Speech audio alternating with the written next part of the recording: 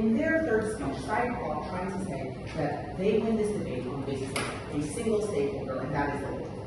We reject this because there are significantly more stakeholders that do need to be analyzed, but even operating within that framework, we still win this debate. Now, first of all, Sidewalk concedes that our side of the world is the one that is better for the tourists. We're the one that create a hassle. Less hassle, we're the ones that create a more pleasurable experience. Doing so is probably extremely damaging and unstrategic to their case, but we will move on. Because there are three more stakeholders that need to be looked at. As I mentioned, the locals, there are also the tourists who are no longer able to be tourists in their world because they increase the financial burden of travel, and finally, the economy and the sites as a whole. And let's start with the tourists who cannot come in their world. As my partner mentioned, they create a gentrification of tourism in which only the extremely wealthy, the extremely well-off are able to travel in their world to visit these sites. We create a world in which Paris is accessible only to the rich, in which Cairo is accessible only to the wealthy, in which Los Angeles is accessible only to those who can afford the high financial burdens that they have.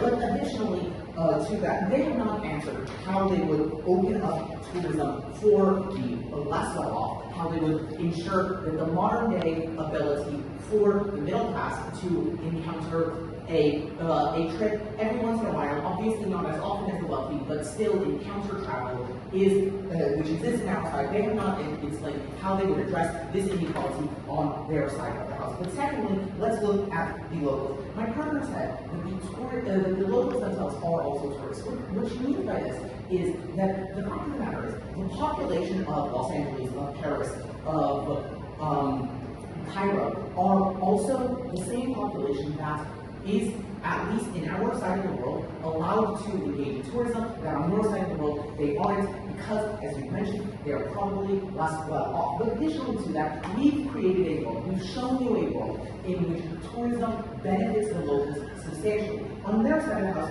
their response to the fact that greater transport systems will be built, that more hospitals will be built, is, oh, that stuff takes time. A few things. First of all, money makes problems.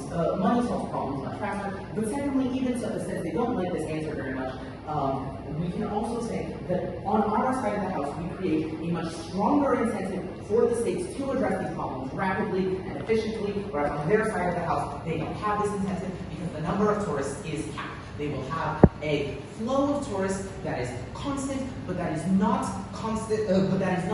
large. They have a flow of tourists that is constant in its smallness, in its limitation. However, on our side of the house, we have their off-peak tourist numbers, but we also have the overall tourism that comes about from the peak season, and so all of that money goes into the economy in a way that they cannot address, in a way that they can't account for. But finally, on to the sites themselves. The fact of the matter is, as we've already shown, it takes money to upkeep these sites. Money that we've already shown exists on our side, but not on theirs. But additional to that is that local governments don't have the incentive to upkeep their sites. They don't have the incentive to keep their natural areas beautiful if they don't have substantial tourism to make that investment worth it, and if they have not addressed their other problems. Their side of the world creates recession, their side of the world reduces taxes, and as a result, governments need to prioritize to the degree that they don't need to on our side of the house, and so they will cut